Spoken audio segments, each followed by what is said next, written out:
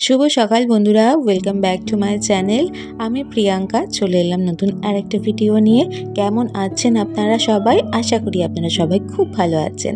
আমার নতুন আরেকটা ভিডিওতে আপনাদের সকলকে স্বাগত জানাই। আজকে হচ্ছে শনিবার আর ঘড়ির কাঁটায় বাজে এখন সকাল 6টা।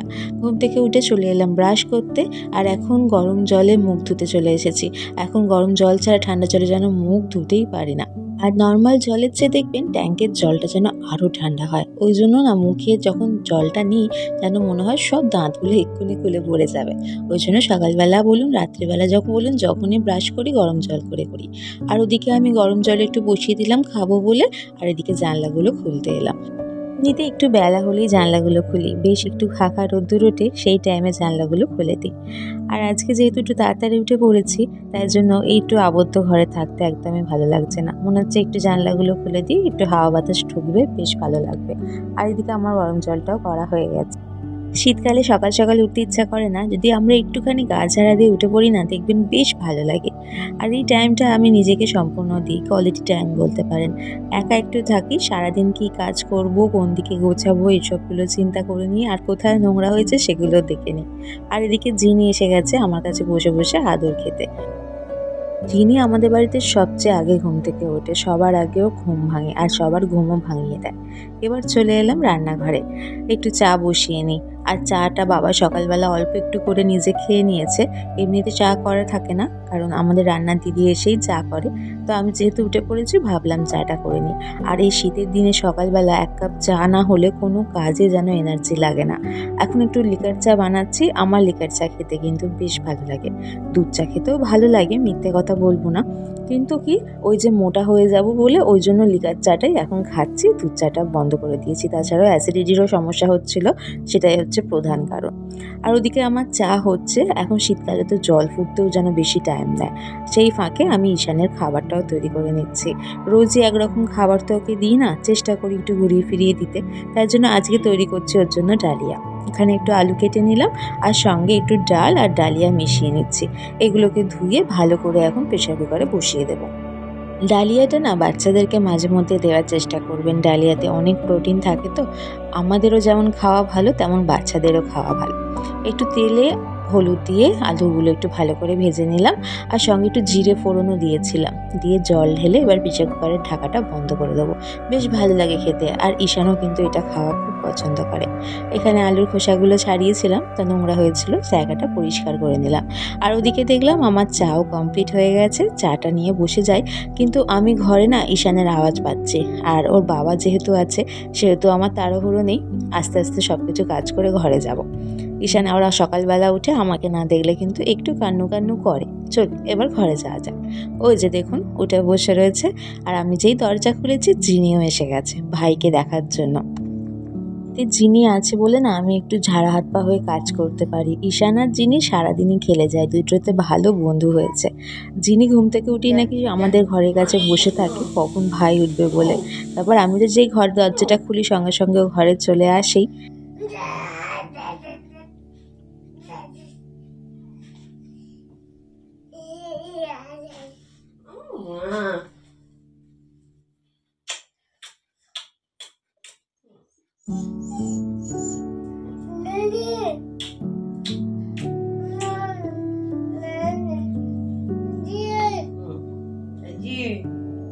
বাবাজি করবি না, ঈশান রেগে যাবে। মারে একদিকে কি দাও, এগিয়ে যাও আম্মা।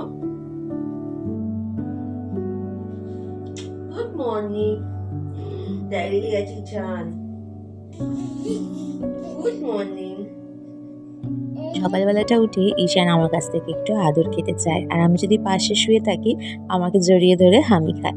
ঈশানকে সোয়েটার পরিয়ে টুপি পরিয়ে ছেড়ে দিয়েছি। ও সকালবেলা উঠে একদম খেতে চায় না। সেই ফাঁকে রান্নাঘরে চলে এলাম। জিনির যে ভাতটা আছে সেটা বসিয়ে দিলাম। একটু আগে আমার কাজের দিদি ফোন করলো, করে বললো যে ও আজকে আসতে পারবে না, ওর শরীরটা খুবই খারাপ হয়েছে। আর এদিকে বাবা সেই শুনে নিয়ে চলে এলো কচুরি। আর এদিকে দেখুন আমার চাটাও এখনো খাওয়া কমপ্লিট হয়নি। আর একটা বিস্কুট খেতে খেতে সেটা চায়ের মতোই পড়ে গেছে। বাবা বললো খিদে পেয়েছে, ওকে খেতে দিয়ে দিতে, তাই জন্য বাবার খাবারটা এখানে রেডি করে নিচ্ছি। গরম গরম ছাতুর কচুরি এই শীতকালে আহা, মুখে জল চলে আসছে আমার। তবে এখন খাবো না, চিন্তনা যখন খাবে তখন একসাথে বসে খাবো। আর সঙ্গে ঘুগনিটাও বেশ ভালো দিয়েছে। আমার ছাতুর কচুরির সাথে ঘুগনি, কোনো আলুর তরকারি এই ধরনের বেশ ভালো লাগে। এছাড়া অন্য কোনো তরকারি আমার একদমই ভালো লাগে না। এবার বাবাকে বাবার খাবারটা সার্ভ করে দিচ্ছে।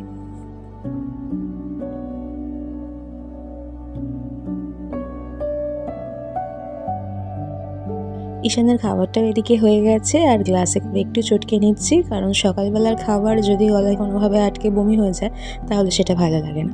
বাবা মার ঘরে আজকে খাওয়ালাম, কারণ চিন্তন ঘুমোচ্ছিল, আমার ঘরে বিছানা তোলা হয়নি এখনও, তাই জন্য বাবার ঘরে বসিয়ে খাইয়ে দিলাম। আর দেখছি বাইরে বেশ ভালো রোদ্দুর উঠে গেছে, জানলাগুলো সব খুলে দিলাম।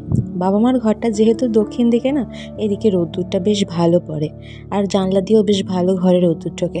আমাদের ঘরে যেটা আসে না, শুধুমাত্র ব্যালকনি দিয়ে আসে। আর এদিকে ঈশান ভালোবেসে পুরো খাবারটা খেয়ে নিয়েছে। আর আমিও চলে এলাম আমার ঘরে বিছানাটা তুলতে।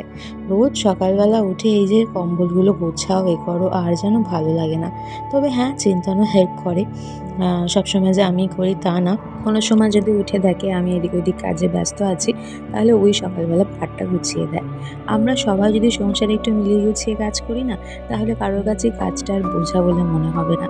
আর চিন্তন আমাকে প্রত্যেকটা কাজে সবসময় হেল্প করে। এই না যে হ্যাঁ কোনো কাজ পড়ে আছে দেখে করলো না, তা করে না। যে কাজটা পড়ে থাকে, যদি আমি পারি না কিংবা সময়ের জন্য করতে পারছি না দেখে, ও কিন্তু সেটা করে দেয়। এদিক থেকে কিন্তু ভালো। সময় যত এগোচ্ছে না, পুরুষ মানুষদের মনোভাবনাও কিন্তু অনেক চেঞ্জ হচ্ছে। আগেকার পুরুষ মানুষদের মতো না যে আমি ছেলে বলে আমি এই কাজটা করব না, এটা মেয়েদের কাজ, মেয়েদেরকেই করতে হবে, সেই জিনিসটা কিন্তু ছেলেদের মধ্যে অনেক পরিবর্তন এসেছে। এখন ছেলেরা মেয়েদের হাতে হাতে সমানভাবে তাল মিলিয়ে কাজ করে দেয়। এদিকে আমি আমার খাবার নিয়ে বসে গেছি, আর সঙ্গে ঈশানকেও একটু দিচ্ছি।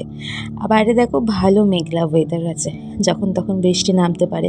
শীতের দিনে না এরকম মেঘলা ওয়েদার একদমই ভাল লাগে না, কেমন যেন একটা স্যাঁতস্যাঁতে টাইপের দেখতে লাগে।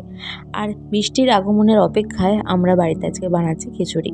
মাকে রান্নাঘরে সমস্ত যাবতীয় খিচুড়ির জন্য, তারপরে আলুর বড়া হবে, মা একটু শাক করবে, এসবের প্রিপারেশনের জন্য সমস্ত সবজি কেটে দিয়েছি। মাকে বললাম আপনি রান্না করুন, আমি আবার বাবুর সমস্ত কাজগুলো করে নিই। ঈশানকে এখানে তেল মাখিয়ে দিয়েছি আর গায়ে চাদরটা চাপিয়ে দিয়েছি, তো যেন সে বিবেকানন্দের মতো দেখতে লাগছে। আর এদিকে ঈশানকে স্নান করিয়ে দিয়েছি, চলে এলাম ঈশানকে রেডি করার জন্য। আজকে যেহেতু একটুখানি মেঘলা ওয়েদার রয়েছে, ওই জন্য চান টান করে উঠেই ডাইপার পরিয়ে দিয়েছি। এমনিতে আমি সবসময় ঈশানকে ডাইপার একদমই পরাই না। এই পুরো শীতটাতে ঈশানকে আমি প্রত্যেক দিন চান করিয়েছি, এমন একদিনও হয়নি যে ঈশান একদিনও চান করেনি। ওদের বেশি গরম লাগে, সিজারের বাচ্চাদের দেখবেন একটু বেশি গরমে থাকে, আর চান করালে ওরা ভালো ঘুমায়, এমনিতেই ওর ঘুমের সমস্যা রয়েছে। তো আমার চান হয়ে গেছে, চলে এলাম পুজো করতে। মা রান্না করছে, তো আমি ভাবলাম পুজো টুজো করে দিই, বাড়তি কাজগুলো করে দিচ্ছি। মানে একটা রান্নার লোক থাকে তো তো সব কিছু একটা মানে রুটিনে বাঁধা থাকে, যে ওর মতো রান্না করে দিয়ে চলে যায়, আমি আমার মতো সমস্ত কাজ করি, বা মায়ের সব কাজগুলো করে। আর এখন যেহেতু আসছে না সেহেতু সব যেন ঘেটে ঘুটে একদম হয়ে গেছে, মানে রুটিনের মধ্যে সব উলটপালট হয়ে গেছে। এই হচ্ছে ব্যাপার। তো এখন ঈশানকে খাওয়াইনি, কারণ চান করার আগে 4টে বিস্কিট খাইয়েছিলাম, এই যে পেটটা ভালো খোলা রয়েছে। তো ভাবলাম চানটা করে পুজোটা করে নিয়ে ঈশানকে খাওয়াবো। আর জিনিকে দেখো, এই ছাদটা বন্ধ থাকে তো এই ছাদে আসতে খুব ভালোবাসে। যেদিকটা দেখবি বন্ধ থাকে, যাওয়া মানা হয়, ওদিকটাও যেতে খুব ভালোবাসে। চল আর বক করবো না, এবার আমি ঠাকুরের বাসনগুলো ধুয়ে নিই ছাদে, দিয়ে পুজো টুজো করে নিতে যাই, বাবুকে খাওয়াতে হবে। ছাদে চলে এলাম, আর এদিকে যেহেতু কল রয়েছে এখানেই বাসনগুলো মেজে নিচ্ছি। তোমরা অনেকেই আমাকে বলেছো যে রোজ কেন ভিডিও দাও না দিদি। জানি ভিডিও দিলে রোজ ইউটিউবে রিচটা বেশি পাবো, ভিউ আরও আসবে, কিন্তু সব দিক মেনটেন করে আমার আর দেওয়া হয় না, কারণ ঈশান এখন অনেক ছোট। রোজ যদি ভিডিও করতে যাই, ঈশানকে আমি সময় মতো সব কিছু করতে পারি না। আর আমার কাছে আগে ও, তারপর আমার ইউটিউবের কেরিয়ার। তাই জন্য দুদিকটা ব্যালেন্স করে যেদিনকে আমি সব কিছু করতে পারি সেদিনকেই একমাত্র ভিডিও বানাই। ইউটিউবার যারা হতে চাইছো তাদেরকে আমি একটা ছোট্ট টিপস দিতে চাই। সেটা হচ্ছে যখন ইউটিউবে প্রথম নামছো তখন একদম বড় ব্লগারদের কপি করে ব্লগ করবে না, কারণ তাদের কাছে অনেক এক্সপিরিয়েন্স রয়েছে, হাই কোয়ালিটির ক্যামেরা রয়েছে। চেষ্টা করবে ছোটো ব্লগারদেরকে ফলো করে তারা কেমনভাবে ব্লগ তৈরি করছে সেগুলোকে দেখার। আমি যেমন একজনকে খুব ফলো করি, সে হলো মাই সিম্পল লাইফস্টাইল একজন আছে, আর একজন আছে রূপকথা বিশ্বাস বলে, উনিও খুব ভালো ব্লগ বানায়, ওনাকে আমি ফলো করি। আর এদিকে দেখো আমার পুজোটাও হয়ে গেছে, আর একবার দেখিয়ে দিই আমাদের ঠাকুরগুলোকে।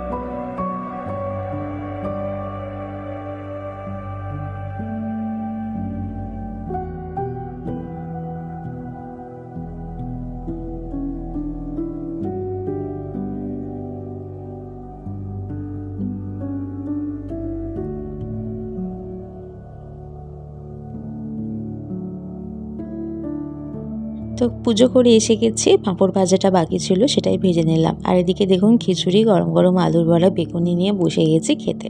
খেতে খেতে কিছু কথা শেয়ার করা যাক। আগে আমার ইউটিউবে খুব ভালো ভিউজ আসতো, তবে আমি যখন প্রেগনেন্ট ছিলাম তখন প্রায় 1 বছরের কাছাকাছি আমি কোনো ভালোভাবে ভিডিও দিতে পারিনি। এর ফলে আমার রিচটা অনেক ডাউন হয়ে গেছে।